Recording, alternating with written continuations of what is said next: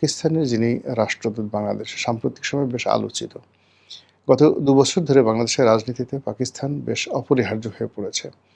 তাদের সঙ্গে রাষ্ট্রীয় পর্যায়ে ভালো সম্পর্ক, পাকিস্তান ভ্রমণ, পাকিস্তানের সঙ্গে আমাদের শিক্ষা ব্যবস্থার জয়েন্ট কোলাবোরেশন, পাকিস্তানের বিশ্ববিদ্যালয়গুলোতে আমাদের ছেলেরা মেয়েরা যাতে পড়তে যায়, তারপরে পাকিস্তান থেকে আমরা যেন বিমান কিনতে পারি, অস্ত্র গোলাবারুদ কিনতে পারি, তাদের সাথে আমাদের কূটনৈতিক সম্পর্কটা যেন কন্টেম্পোরারি ভারতকে প্রেশার সৃষ্টি করার জন্য একটা কাঙ্ক্ষিত জায়গাতে আমরা নিয়ে যেতে পারি।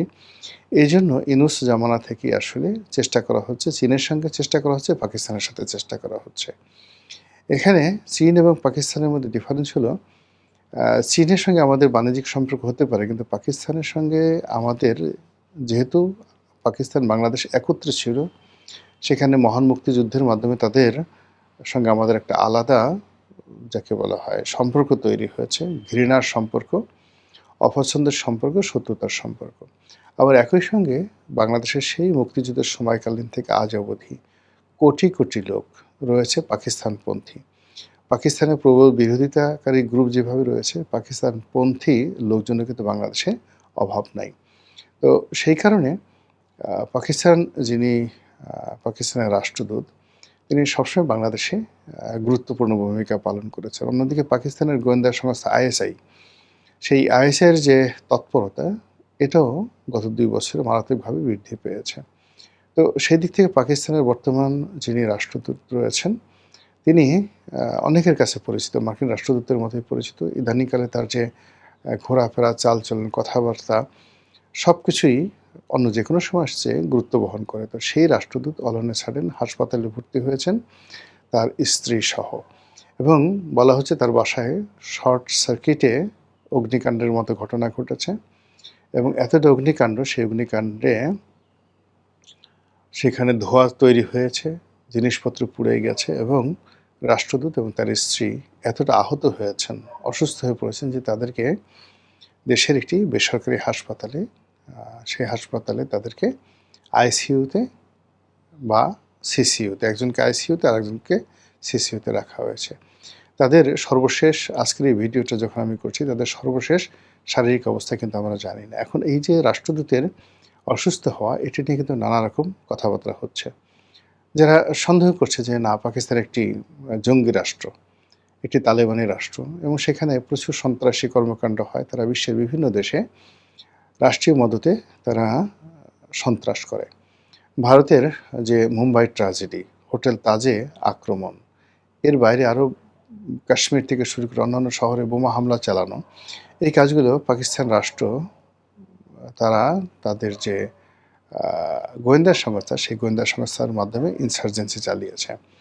কাজেই বাংলাদেশে যদি এই ধরনের কোনো ঘটনা পাকিস্তানি রাষ্ট্রদূতের বাসা ব্যবহার করে, কিংবা পাকিস্তানের যে রাষ্ট্রীয় বাহিনীগুলো রয়েছে, সেই বাহিনীগুলোর যে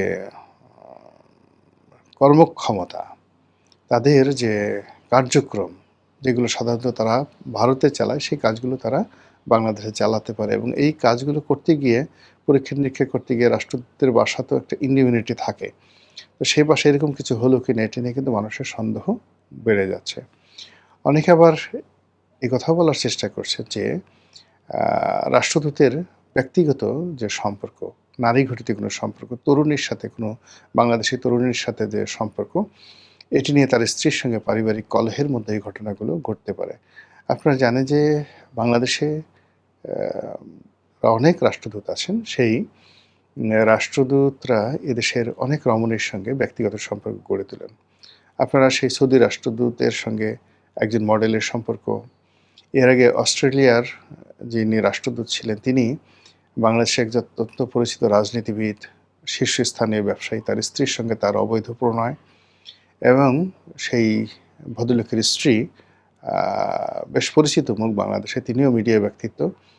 তাকে ঘর থেকে বের করে নিয়ে দীর্ঘদিন সেই অস্ট্রেলীয় রাষ্ট্রদূত সেই মহিলার সঙ্গে লিভ টুগেদার করেছেন। এটা বাংলাদেশের ওপেন সিক্রেট। অনেক রাষ্ট্রদূতকে টার্গেট করে বাংলাদেশের মেয়েরা বেশ ভালো সম্পর্ক করে। আবার রাষ্ট্রদূতও বাংলাদেশের মেয়েদের সাথে সম্পর্ক করার জন্য এখানে অনেক ঘটনা কূটনৈতিক পাড়ায় রীতিমতো ঘটে যাচ্ছে। তো সেক্ষেত্রে পাকিস্তানের রাষ্ট্রদূত যদি চান কোনো মেয়ের সঙ্গে সম্পর্ক করার জন্য, সেটা তার জন্য ওয়ান্টুর বিষয়। আবার কোনো মেয়ে যদি এই মুহূর্তে পাকিস্তানের রাষ্ট্রদূতকে টার্গেট করে যে না তার সাথে সম্পর্ক তারা করবে, এরকম ধড়িবাজ মেয়ের সংখ্যাও কিন্তু বাংলাদেশে কম নয়। তো সব মিলিয়ে আমাদের এই সময়টিতে যা কিছু ঘটছে, এটি আমাদেরকে যথেষ্ট চিন্তায় ফেলে দিয়েছে।